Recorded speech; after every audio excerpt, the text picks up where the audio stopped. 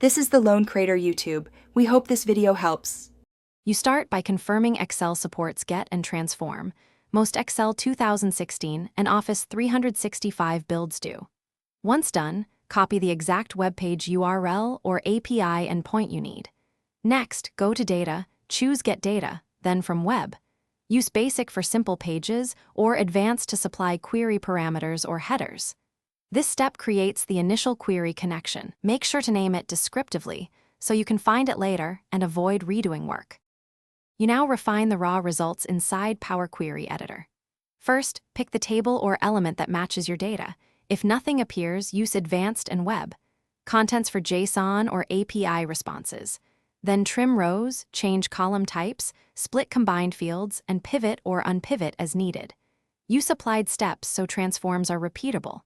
Once the shape matches your needs, choose Close and Load or Close and Load to for only a connection. This ensures your workbook stays tidy and refreshable. You finish by loading the cleaned query to a worksheet or the data model and then set refresh options.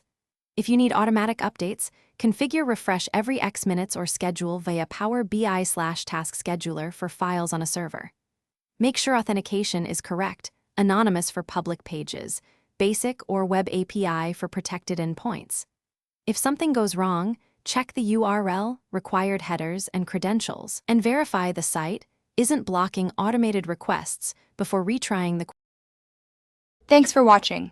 Consider subscribing if we helped you.